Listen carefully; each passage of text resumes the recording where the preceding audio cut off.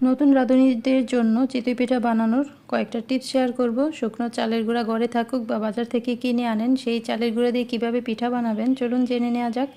তো চালের গুঁড়া নেবেন যতটুকু, অল্প অল্প পানি দেবেন আর হাতে কষলে কষলে গুঁড়াটা করে নেবেন। অনেক ভারী হবে না, আবার অনেক পাতলাও হবে না। সাথে পরিমাণ মতো লবণ দেবেন আর সামান্য বেকিং পাউডার দেবেন। আর গুঁড়াটা গুলিয়ে 2-3 ঘন্টা এটা অবশ্যই রেস্টে রাখতে হবে। 2-3 ঘন্টা যখন এটা ঢাকনা দিয়ে ঢেকে রাখবেন, চালের গুঁড়াটা একেবারে সফট হবে। তারপর যখন পিঠা বানাবেন, পিঠার সাজটা তেল দিয়ে মুছে নেবেন। তারপর পরিমাণ মতো পিঠার ব্যাটার দিয়ে ঢাকনা দিয়ে ঢেকে রাখবেন। পিঠা হয়ে গেলে উপর থেকে ধোঁয়া বের হবে। আর পিঠা উপরটা যদি নাও ফুলে, যেমন এই পিঠাগুলো দেখুন কাঁচা মনে হচ্ছে, কিন্তু ভেতরটা খুব সুন্দরভাবে সেদ্ধ হয়েছে। আবার পিঠার তলাটাও বেশ মচমচে হয়েছে। তো আমি গুলিয়ে এটা 1 ঘন্টার মতো রেখেছিলাম, তারপর পিঠাগুলো বানিয়েছি। তাতেই এত সুন্দর হয়েছে। এটা যখন 2-3 ঘন্টা রেস্টে রাখবেন, পিঠাগুলো আরও ফুলকো হবে, আরও সুন্দর হবে। তো ভালো থাকুন। এতক্ষণ সাথে থাকার জন্য অনেক ধন্যবাদ। সহজ সহজ রেসিপি পেতে সাথেই থাকুন। আল্লাহ হাফেজ।